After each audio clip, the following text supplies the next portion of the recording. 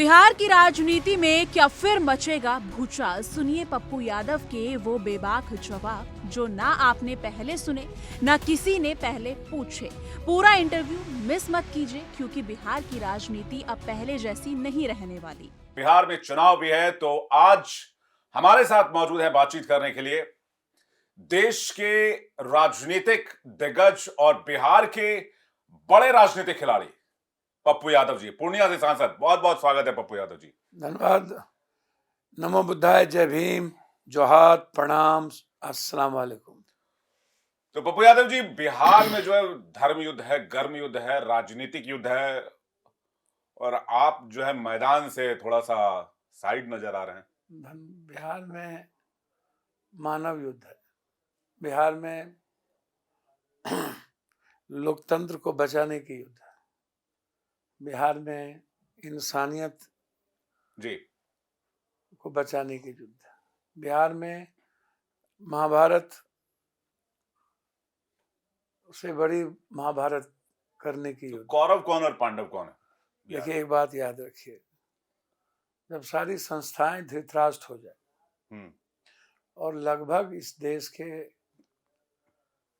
व्यवस्था सिस्टम और नेता सियासत के लिए दुर्योधन बन जाए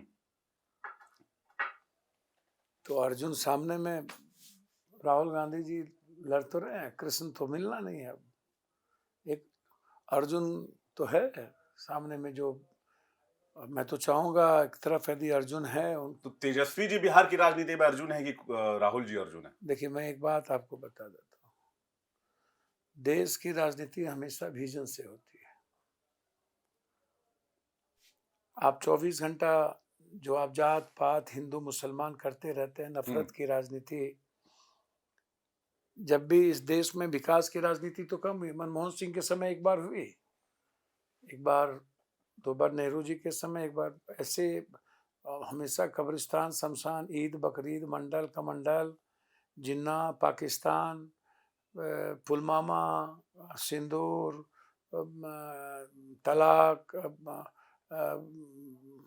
एनआरसी, वक्फ, बैकवर्ड फॉरवर्ड, ये सब कब तक? ये बैकवर्ड फॉरवर्ड हिंदू मियाँ कब तक?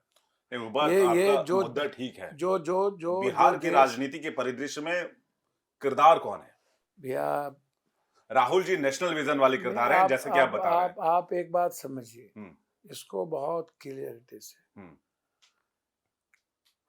एक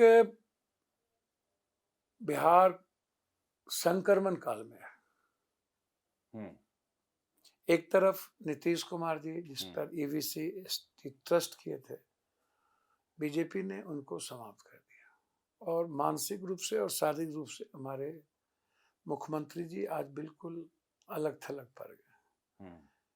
दूसरी तरफ हमेशा इंस्पेक्टर राज कायम रहा नीतीश कुमार जी के रहते हुए, पदाधिकारी चलाए।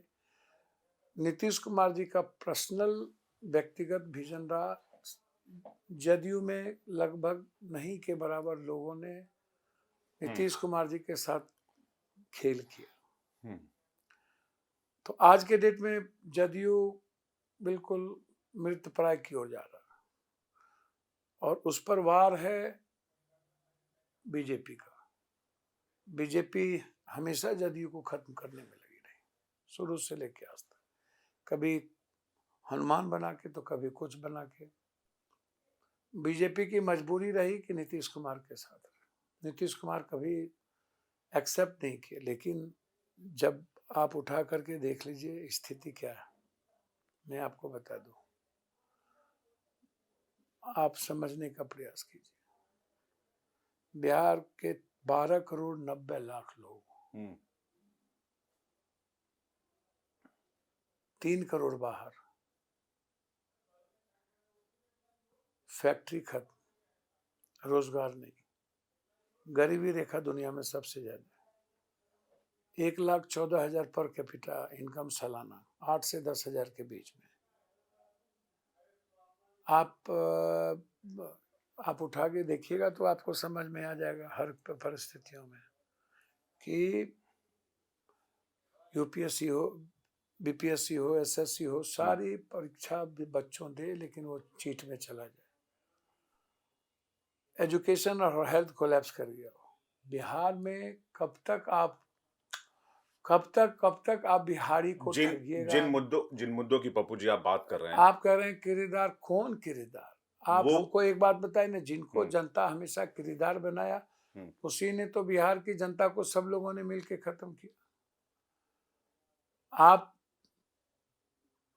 मैं क्यों कहना चाह रहा हूं कि एक 20 साल नीतीश जी, 15 और 4 19 साल, 15 साल लालू जी, 4 साल तेजस्वी जी, नीतीश जी के साथ 2-2 साल।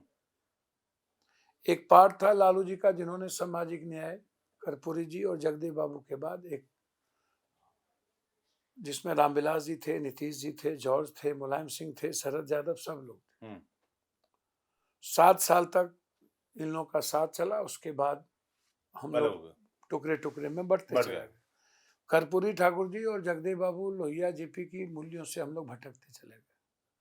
हम लोग धीरे धीरे जात की राजनीति को जहर में फैलाते चले गए। कभी अत्यंत पिछड़ा, कभी पसपंदा, कभी बैकवर्ड, कभी माय, कभी कुछ में फंसते चले गए। और बिहार कंप्लीट, जिसको आर्थिक आज़ादी की जरूरत थी, इकोनॉमिकल फ्रीडम की जरूरत थी, उसको हम पॉलिटिकल सॉल्यूशन देते चले गए। कश्मीर को चाहिए था एक पॉलिटिकल सॉल्यूशन, तो उसको हम इकोनॉमिकल सॉल्यूशन देते चले गए। तो बिहार के इकोनॉमी पर कभी बातचीत नहीं हुई, बिहार के युवाओं पर कभी बातचीत नहीं हुई। जब जब चुनाव आया तो हमने सोशल मीडिया का स्टूल बना करके और जाति के समीकरण को शुरुआत करते हैं 6 महीना और बिहार को खत्म कर देते हैं, और फिर हम रोते रहते हैं बैठे। अगर महागठबंधन की जीत होती है तो तेजस्वी दावेदार हैं सबसे बड़े। देखिए, आप इस बात से सहमत है कि नहीं? पहले एक बात समझिए, राहुल गांधी जी का विजन क्यों जोड़, इसको समझिए। राहुल जी, तेजस्वी जी एक ही मंच पर खड़े हैं ना सर? मेरी बात तो सुनिए। हम कहाँ कह रहे हैं कि राहुल जी और तेजस्वी जी और महागठबंधन दीपंकर जी सामने नहीं है। हमें कुनबा और भी हमको आ सकता है, कुनबा इनका टूट सकता है इधर का। आप इसको समझने का प्रयास कीजिए। अभी राजनीति में बहुत खेल बाकी है बिहार में। ओवैसी जी को तो घुसने नहीं कभी दिए। इधर कभी उधर। ओवैसी जी को आप हमको एक बात बताइए, आप ओवैसी के लिए गहरी चिंता में आप क्यों हैं भाई? नहीं, मैं चिंता में नहीं। ओवैसी जी कह रहे हैं कि भाई आप ओवैसी को गड़ियाते भी हैं। मोहब्बत जो है वो एक तरफा नहीं चलेगी, आज बयान दिया उन्होंने। मुझको तो एक बात समझ में नहीं आता, ओवैसी जी मोहब्बत करते कब है? ओवैसी जी निश्चित रूप से उनको अधिकार है अपने पार्टी लड़ने का, लेकिन जब आप कांग्रेस की बात कीजिएगा तो वो मध्यवर्गीय मार्ग की चुनता है। वो अपो दीपो भव बुद्धम शरणम गच्छामि संगम। यदि आरएसएस कांग्रेस के लिए खराब होगी तो ओबीसी अच्छे नहीं हो जाएंगे। आप हार्डकोर नहीं हो सकते। कांग्रेस के लिए प्रॉब्लम तो होती है, और लोगों के लिए चुनाव लड़ना, चुनाव हारना कोई नफरत नहीं। वो ओबीसी जी निश्चित रूप से चुनाव लड़ सकते हैं, और उनको किसी को ये कहना भी नहीं चाहिए कि आप चुनाव छोड़ दीजिए। कैसे का आप कहिएगा भाई? आपकी आइडियोलॉजी नहीं कहती है चुनाव आप लें उसको, या लें या दें, या आप उसको 4 सीट वहां पर आप छोड़, गठबंधन मत कीजिए, छोड़ दीजिए 4 सीट ओबीसी जी को कि भाई 3 सीट तुम लड़ लो, या चुपचाप आप। मैं जो राजनीतिक रणनीति समझता हूं कि चुपचाप आप 3 सीट आप छोड़ दीजिए कि मुझे वहां चुनाव नहीं लड़ना है, 4 सीट छोड़ दीजिए, बात कर लीजिए। हो सकता है घबरा रहे हो, सुरक्षित हो सकता है आइडियोलॉजिकल। कौन घबरा रहा है? ओवैसी जी। आप समझिए, पिछले बार 2020 में जब भैया आप तो समझिए, 4 विधायक आरजेडी में चले गए। भैया एक बात आप समझिए, मैं फिर आपको बता रहा हूँ, वक्त के बाद स्थिति जिस तरीके से लगातार आप पूरी की पूरी आप लगातार आप देख लीजिए। एसआईआर आज लागू हुआ, एसआईआर के पहले पूर्णिया में और जगह आज तक की रिपोर्ट देख लीजिए। 2024 में जो आदमी वोट दिया उसका वोटर लिस्ट से नाम काट दिया। आप लगातार चोरी और पिछले दरवाजे से हमला करते जा रहे हैं। आप गंभीर विषय है एसटी, एससी, ईबीसी और माइनॉरिटीज के लिए। तो जो बात आप बार बार कहते हैं कि भैया एक विजन क्या है। एक सरकार थी आरजेडी की, एक सरकार थी नीतीश कुमार जी की। नीतीश कुमार जी के पीछे इतने विभीषण बीजेपी से मिल करके नीतीश कुमार को फिनिश्ड, और ईबीसी जो एक उम्मीद था, अब वो कहाँ जाए? ईबीसी कहता है मेरा संरक्षक कौन? तो देखता है राहुल गांधी जी जो हमारी बात कर रहे हैं, ईबीसी का, एसटी का, एससी का, आरक्षण का, जाति जनगणना का, उनकी भागीदारी की, उनकी हिस्सेदारी का, संविधान का बचाने का, अम्बेडकरवादी सोच का, तो उसका झुकाव राहुल गांधी और कांग्रेस की तरफ बढ़े। तो जब एक गैप मिल रहा है तो उस वोटर को आरजेडी के साथ जो ऊंची जात की मानसिकता है वो चेंज नहीं होती है। उनको लगता है कि मैं क्यों जाऊं, मुझे कभी रेस्पेक्ट नहीं दिया, तो वो कहाँ जाए। तो बीजेपी से अलग होंगे तो वो कांग्रेस की तरफ जाएंगे, क्योंकि कांग्रेस, मैं पहले भी आपको कह चुका हूं कि कांग्रेस में किसी भी ऊंची जात को जाने में परहेज नहीं होगा। वो जाएगा जब भी उनको लगेगा कि मुझे जाना चाहिए, कांग्रेस को स्टेबिलिटी करना चाहिए, करेगा। हो सकता है आरजेडी के लिए उनके मन में ना हो, और आरजेडी का कारण यादव नहीं है या लालू यादव नहीं है। आरजेडी जितने दिन रहे उनके भीतर में जो एमएलए एमपी मंत्री रहे, जिनके कारण यादव भी बदनाम हुए और लालू यादव भी बदनाम हुए। लालू यादव कभी भी, मैं आपको फिर कह रहा हूँ, कोई बड़ी भूल आप उठा के देख लीजिएगा या बड़ी चोरी में वो कभी भी इन्वॉल्व नहीं हो सकते।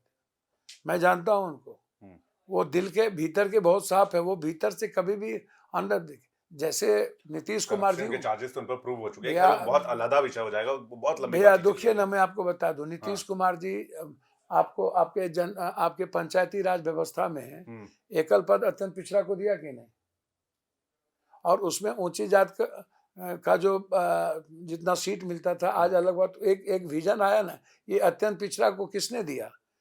नीतीश कुमार के पहले कांग्रेस अशोक गहलोत ने दिया। पंचायती राज व्यवस्था को लागू राजीव गांधी ने की। पंचायती राज व्यवस्था को अधिकार और बंटवारा इकोनॉमी को राजीव गांधी ने दी।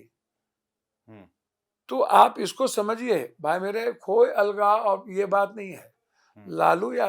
लालू यादव समय और वक्त को नहीं समझ पाए।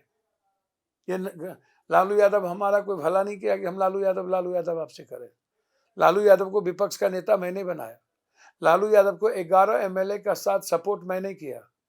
तो लालू यादव को क्यों नहीं लालू यादव तो आपके लिए उतने ही हृदय के करीब होंगे। मुझको तो समझ में नहीं आता, लालू यादव ने तो हमको टिकट दिया नहीं था, हम तो इंडिपेंडेंट चुनाव जीते। तो कांग्रेस ने भी नहीं 7 बार में 6 बार।